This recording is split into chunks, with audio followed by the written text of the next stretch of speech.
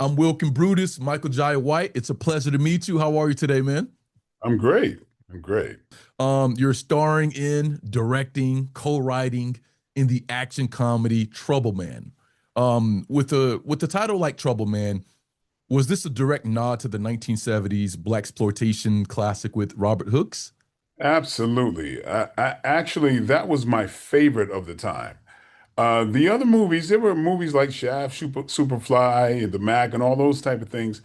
I enjoyed those, but they had a campy quality to them. The first time I saw Robert Hooks in that lead role, I thought, oh my goodness, this guy's not acting.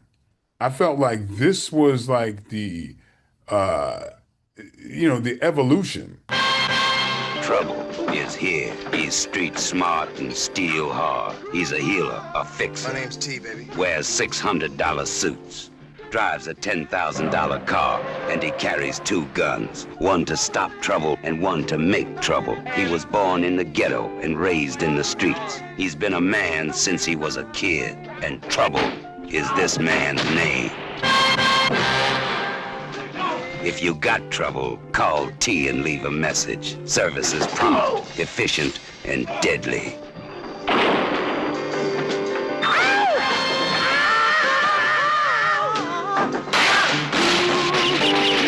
Trouble Man. You jive him, he'll wash you away.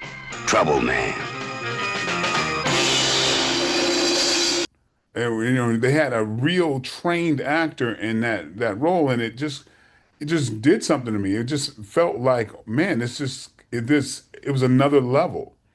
And I know the movie it didn't get, I think it's due back in the day, because of maybe some of that, the campy qualities, and I think people back then were just so hungry for the narrative of the simple revenge type of things with that kind of thing. But it was like, it's one of the movies that really kind of set in with me. And when I got a chance to kind of bring back a title, that's the one I wanted to do.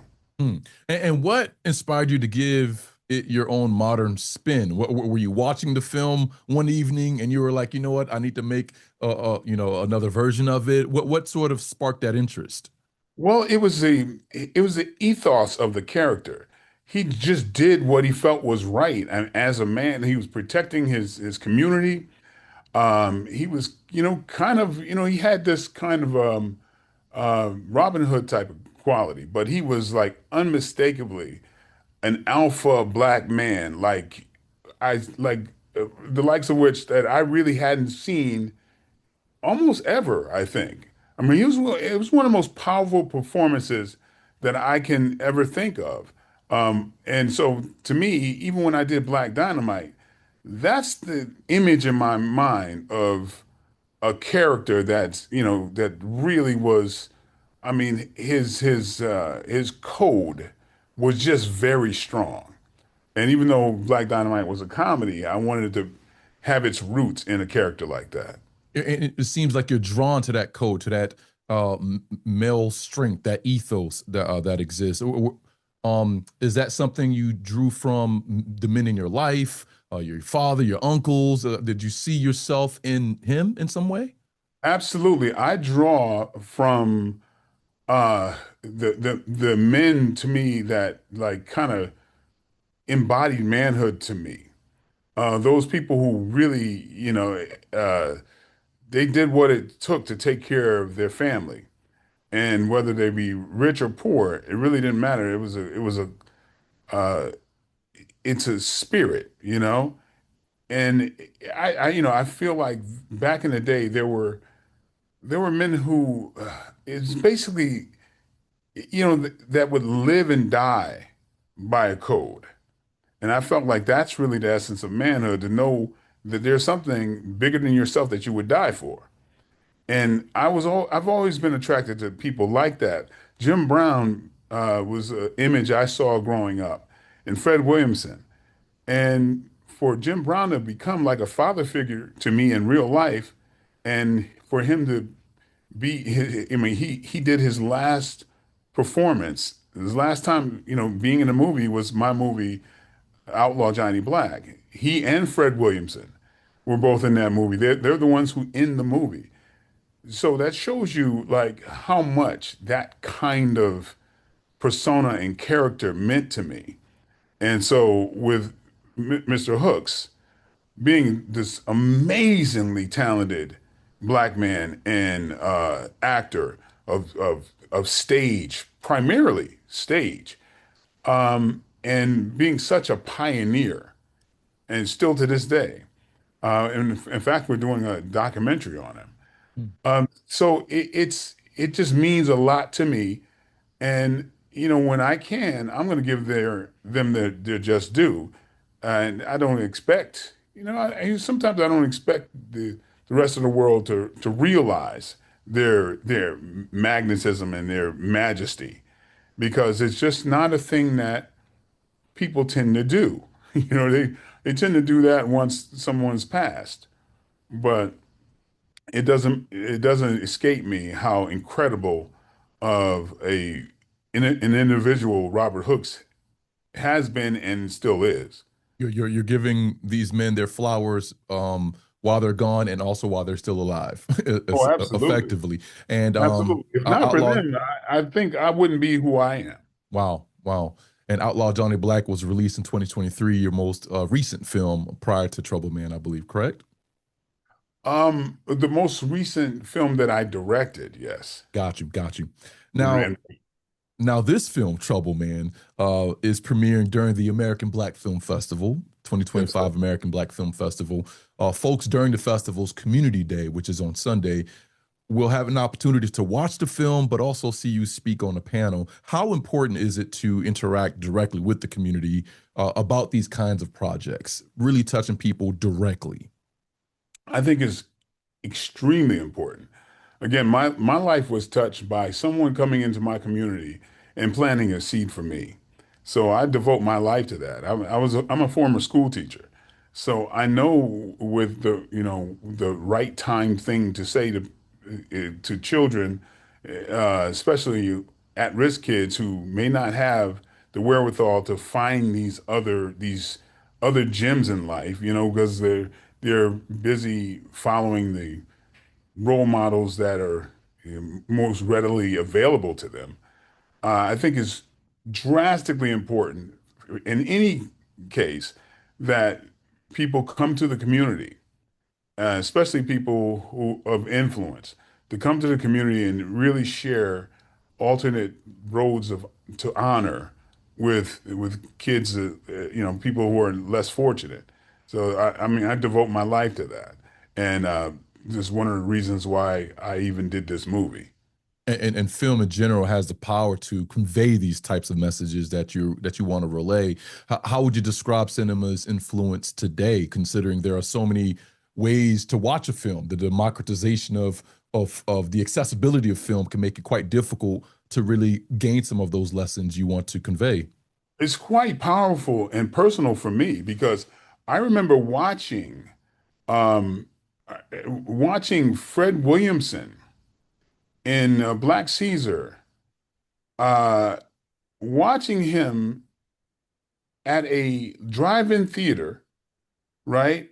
I had a buddy whose house was not far from a drive-in theater, and you could look at the movie. Of course, you're too far away, you can't hear it. I don't have a speaker, but the image of Fred Williamson back in that day, would watch the whole movie just because there was something in the imagery of that man that drew me closer to him, to Jim Brown, to people like Robert Hooks. Now, if just the image of an upstanding, powerful black man can do that, well, you know, to hear that person speak and actually engage and really, because myself, I had to try to find who I was in this world. And there's a buffet out there, and you go, wait, I want to be like that. And until you see those images, you may not know. Yeah, yeah. Very, very true. You don't have like a template to actually follow through. Exactly, Yeah. exactly. But those are the men that I admire, the people who had this. I mean, when you're cast on a screen and your eyes are literally like 5 feet long, you can't hide from your humanity. You know, there's something that that other people are going to see, and that's what I saw. I saw, back in the day, you had to go through your trials and tribulations to find out who you were. Right. I, it's not so much so today. It's a little easier to reach adulthood, but not reach manhood. And luckily I had things like martial arts, things like that to test me, to find out who I really was, to go through something. So, nowadays people don't necessarily go through character building situations, or sometimes I would call them character building ass whippings. So yeah, so not to disparage these times, because there's great things about it, but sometimes manhood may lack without those tests, and society does not provide those tests anymore. And you're not, there's no draft, there's nothing that's forcing you into the discomfort which brings you and delivers you into manhood. Yeah, that's fascinating, the distinction between adulthood and manhood that you just made. Your Yeah. character, Jackson, is a former police officer turned private detective. How does he reflect the deeper themes of the film? Well, yeah, I feel like, Jackson, who's not a perfect guy, who, and I love it, the fact that he's, considered like a ladies' man, and, he usually gets his way, but then he butts up against somebody and, meets his match in a feminine way. He meets up with a woman that really dares him to be a better man, and he has to choose to do that.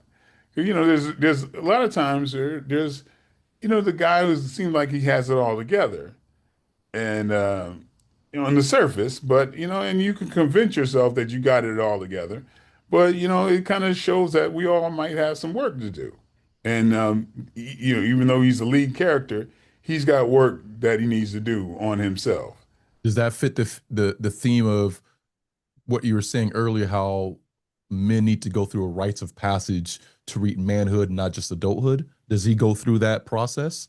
Yeah, yeah. I wouldn't want to play very many characters that didn't find something about themselves by the end of the movie. I just think that's a good analogy for life in general. And I know for myself it's a very personal thing, because there were so many people that I was crafty. I could convince everybody that I had it all together, but then you can't hide from yourself in the mirror. And I know, to to uh to I would say deserve the wife I now have, I had to become the man who deserved her.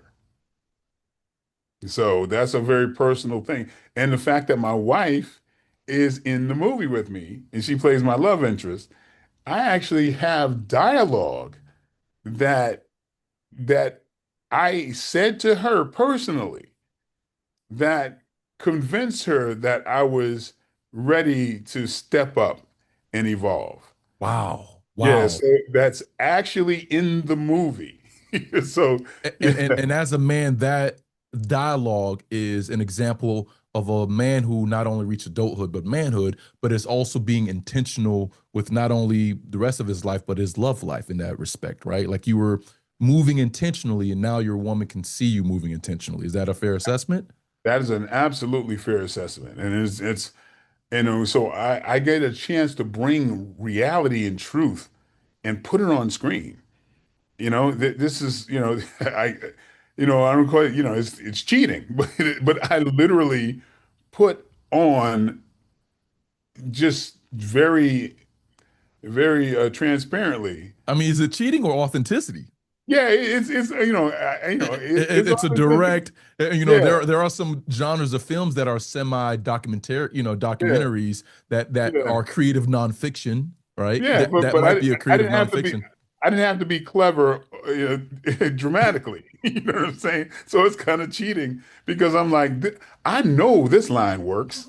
You know, and I know what this guy had to go through. And like I was that guy, on paper, and I was smart. I could get my way, and I could convince myself of all these things, but I had work to do. When it came down to it, I needed to become the man that deserved the woman that I married. And most women really appreciate a man who is introspective and can recognize the areas of growth, which to your point earlier, that's one huge sign of manhood is self-recognizing where you need to grow and being intentional and being straightforward with it. This cast is stacked. Method Man, Mike Epps, Lala Anthony, Orlando Jones, your wife, Gillian White. How does all of these different bright personalities mesh in the film? Well, I mean, hey, it goes right back to the original. When I look at the Fred Williamson and Jim Brown, if I'm the Jim Brown, I needed my Fred Williamson, right? Who brings his own energy and his own alpha maleism, and his own, like, just like the Fred Williamson. But Method Man I'm so proud of this brother.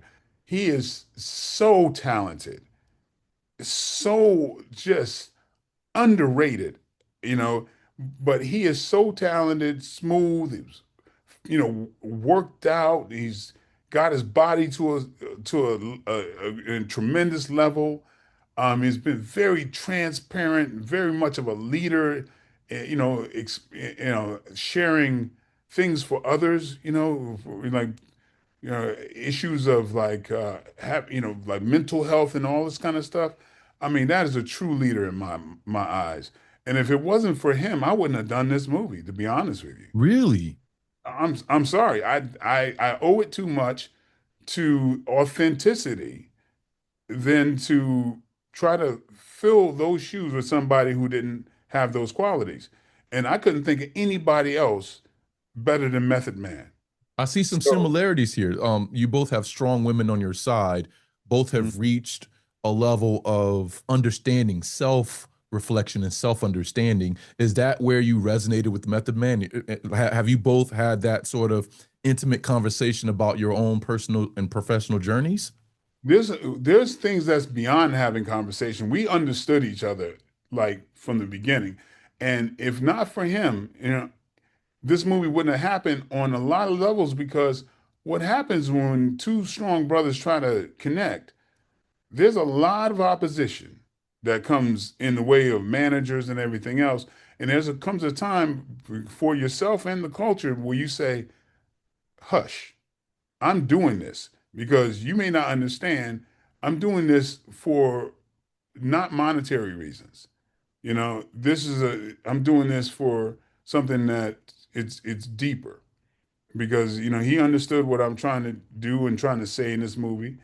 And I think because of that, it became a stellar connection. So there's a lot that we both have been through and understand. And, I do the same for him. So yeah, it was a meeting of brotherhood and we knew that the subject matter was bigger than us. That's powerful. And speaking of connection, you filmed in Atlanta under the Georgia Production Program. Does the city itself become sort of a character in Trouble Man? Oh yeah, and I wrote it that way too. Yeah, I want to take that pride in that city. So yeah, man, it was a meeting. It was a perfect storm, I feel. The culture, the subject matter. It's a fun movie. It's celebrating us, our culture, our, you know, idiosyncrasies, and what makes us special, So, I love it. I love it. And just to stick on the production part of it, do you think the film industry needs more tax incentives to develop more films at home? There's been a larger discussion about films being produced overseas, and so like a lot of film consumers don't really understand the business side of the film industry. What are your thoughts about how producers and directors like yourself, who also star in films as well, trying to elicit more production to be done at home?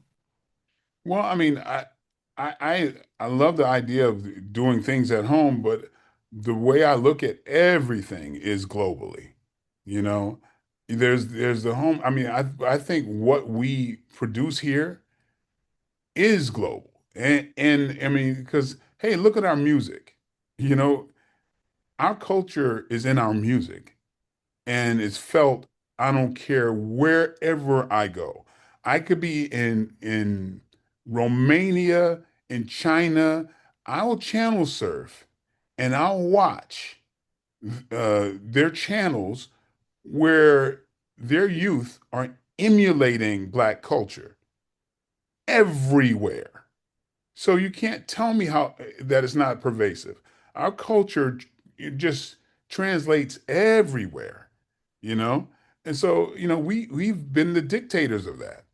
So to have a movie that celebrates that, to me, is just it's just common sense.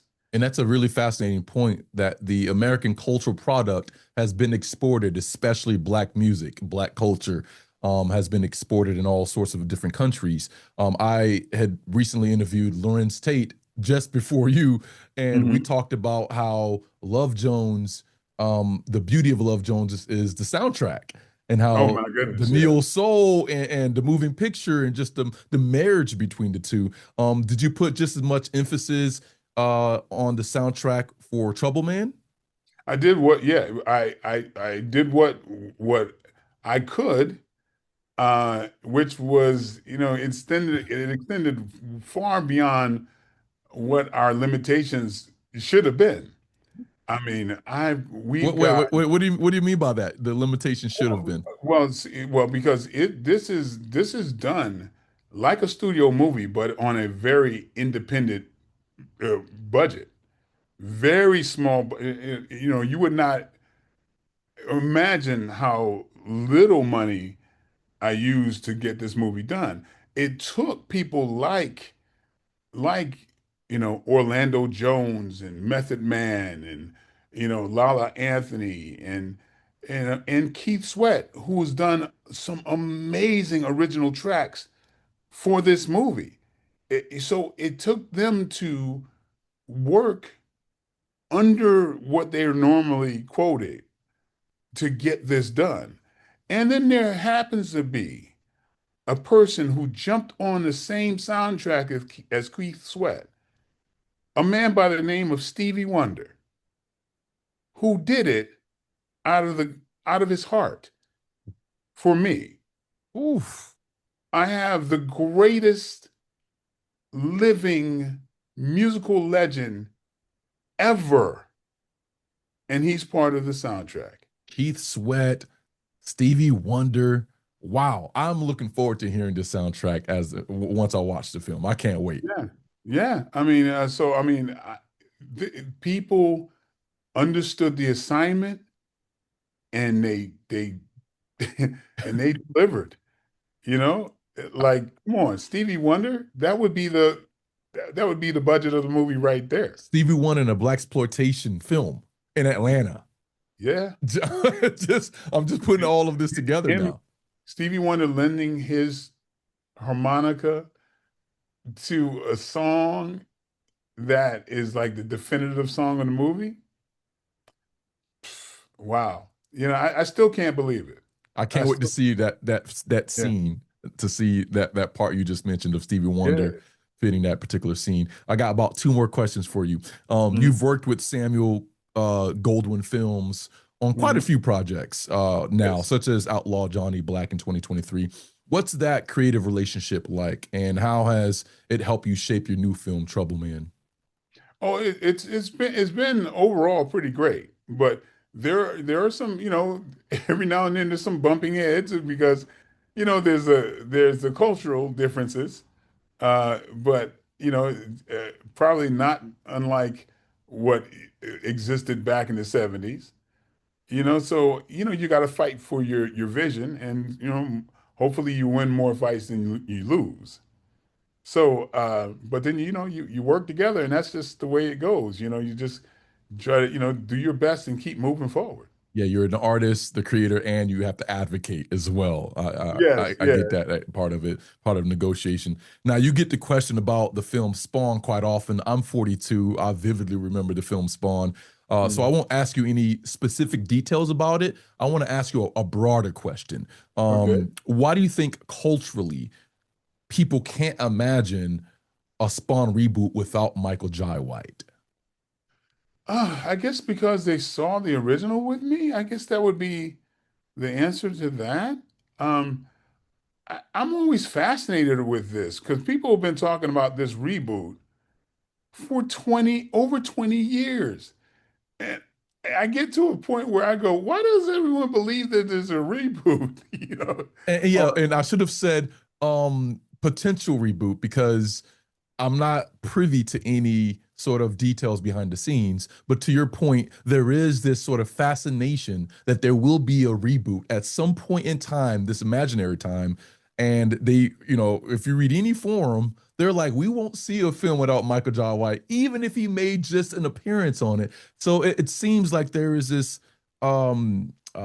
nostalgic burning desire to have you. And I just wanted to know if you ever thought about just the cultural implications of that.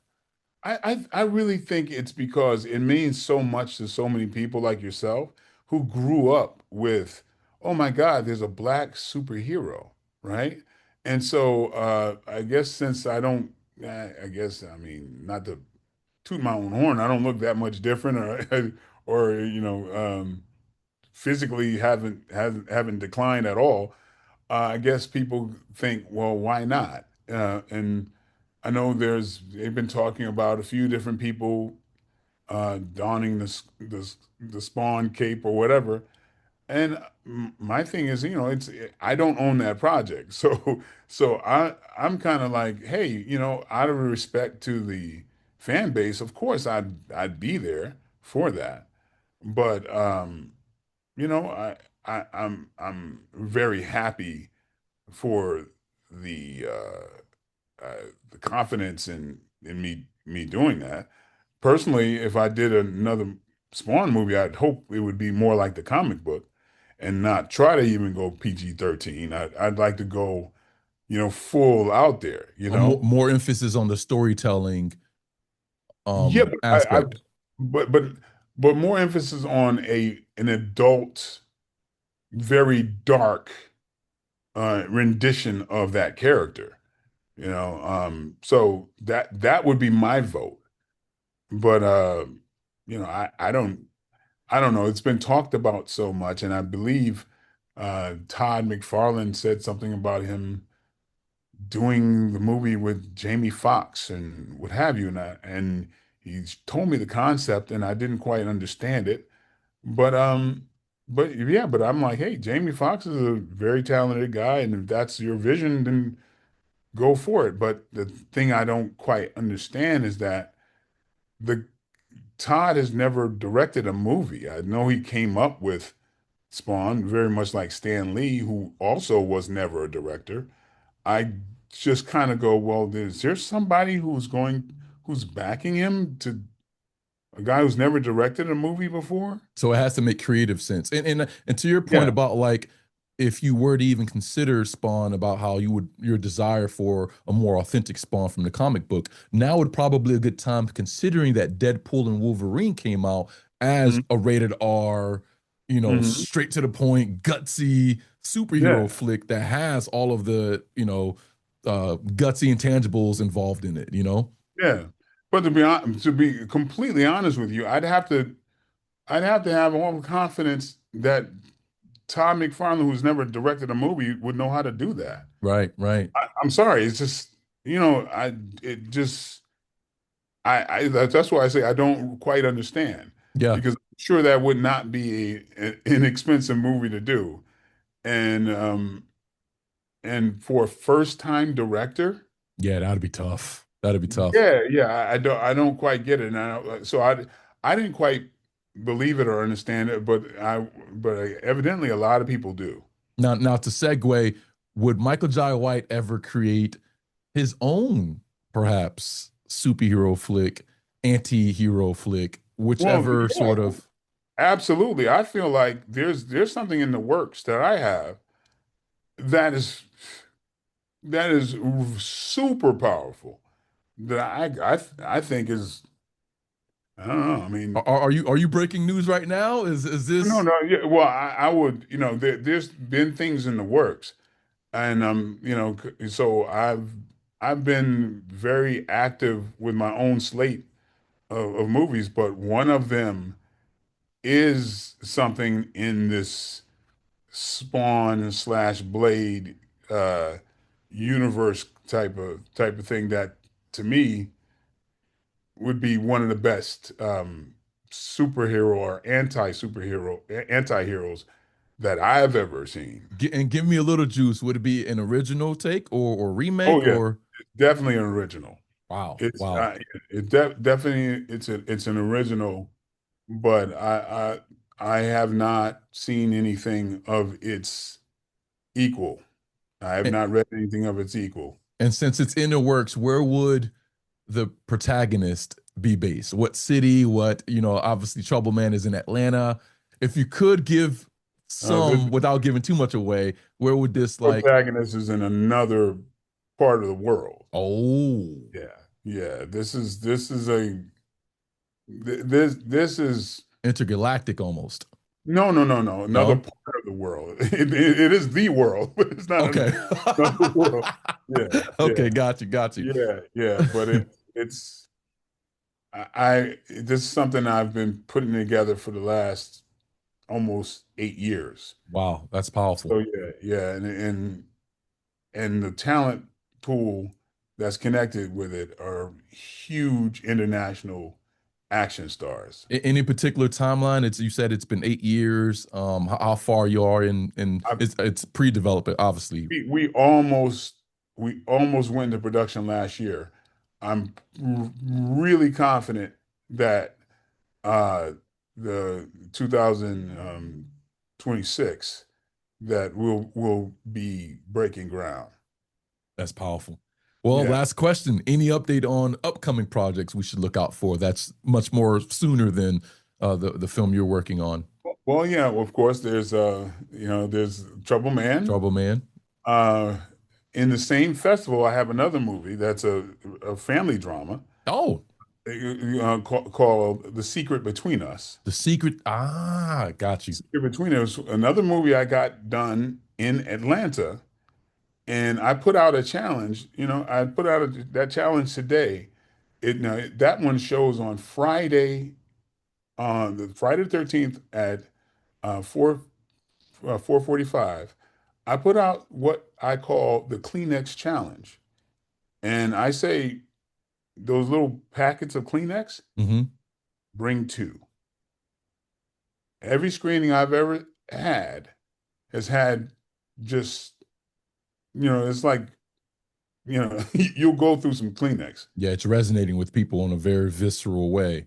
Oh, I'll have to absolutely. check it out. I'll have to check it Even out. some of the toughest guys Hmm. I know of, they're like, oh man, I wasn't ready for that, man. I never cry at movies. So I have two very drastically different movies. And one in Trouble Man, I'm a badass, and in Secrets Between Us, I'm a dad ass. Hey, hey, that shows the versatility of you as a Yeah. talent, as a legend. Michael Jai White, thank you so much for taking the time to speak with me. Again, I'm Wilkine Brutus. Hopefully, I can run into you this weekend somehow. I'm sure I we hope will at so. some point. But yeah, continue the hard work, and I look forward to watching Trouble, man. And All right, bro. congratulations. All right, thank you so much. All right, hope to see you soon. Definitely, man. All right, one love. All right, take care. Take care.